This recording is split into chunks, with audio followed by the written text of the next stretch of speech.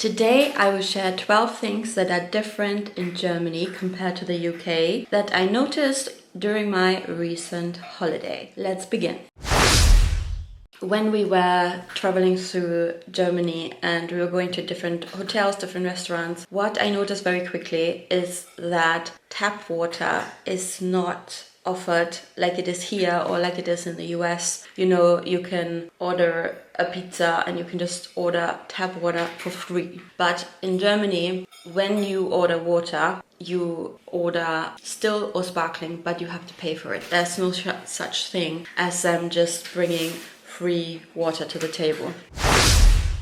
Another thing that I noticed is that they have wallpaper on the ceiling. I don't know why I never noticed that before. And isn't that kind of a strange thing? I mean, why do you put wallpaper on the ceiling? And it must be really hard to get it up there, don't you think? And I did not just notice it in one place. I noticed it in several places. And I also noticed it in my mom's flat. So I actually should have noticed it way sooner. But I wonder how they came up with that and why. I mean, I guess maybe to make all the walls the same, including the ceiling. But I thought that was really interesting. When you go to the supermarket, a lot of the stores have little trolleys for children, which is really cute. Yeah, I mean, I knew that from back when I was living in Germany, but when going to the supermarket here, I never really thought about the fact that they're not here. Yeah, so it's quite cute, those little children's trolleys. When you go to the aisle, oh god, because I was in Germany, all of the English words are missing now. Spoke so much German. Anyway, when you go to the aisle where you find like salami and things that you can put on rolls, things that you can put on bread, as my dictionary says, cold meats, there's also a section for vegans. And that section is so much bigger than it is here. Like, vegans and vegetarians have a much bigger variety of food alternatives that they can buy. I was really impressed. When we went to the different hotels that we stayed at, we were surprised that they did not have a USB plug for our phones to charge. So we had to get the German plug to be able to actually charge our phones.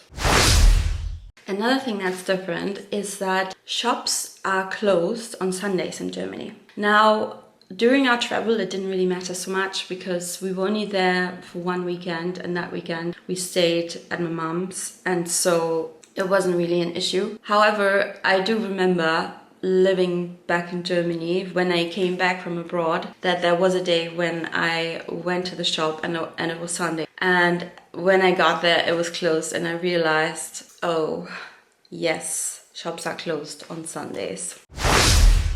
Another thing that I noticed, and this doesn't count for all Germans, but generally speaking, I did notice that they're slightly earlier risers than people here in the UK. It starts with school starting earlier. School in the UK starts at 9 a.m. School in Germany starts at 8 a.m. I think some schools may start slightly earlier, slightly later, but it will be around the 8 o'clock mark. And then a lot of my friends and also my brother, they start work very early as 7 a.m. My brother, for example, he takes the bus to work at 6:30 a.m. and then he starts at 7. And again, not everyone does that, but it is quite common. So if someone does that, they obviously finish much earlier in the afternoon. But then again, if you have to rise that early, you also have to go to bed at a decent time.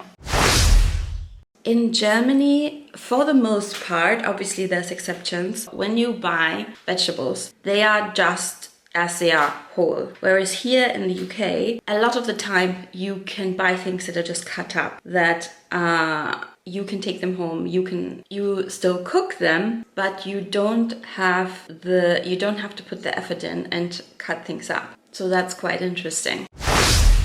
Here in the UK, the range of non-alcoholic drinks is not as big as in Germany. So in Germany, well, this is another difference actually. almost every town in Germany has their own beer brewery, and these breweries have started to also bring out a selection of non-alcoholic drinks. And yes, here in the UK we do have a selection of different kinds of soft drinks, but I just wanted to mention that Germany does have a bigger selection of non-alcoholic drinks, a wider selection that you can choose from.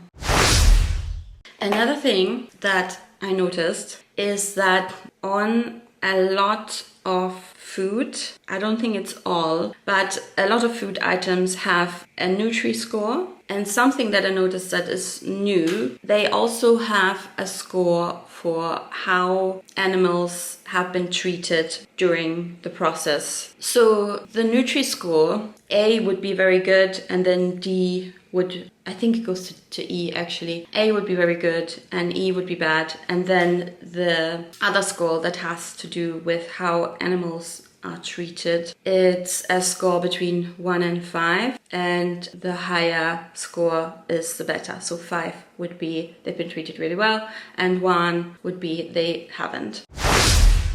I found it really interesting when I went to McDonald's in Germany that the bigger McDonald's, they have something that is called McCafe, and that is not the same till as where you order your food. So here in the UK, for example, you can order coffee. I'm not sure if you can order muffins. I don't really go to McDonald's that often here, but I know that we don't have an extra till for coffee and cakes, but in Germany they do.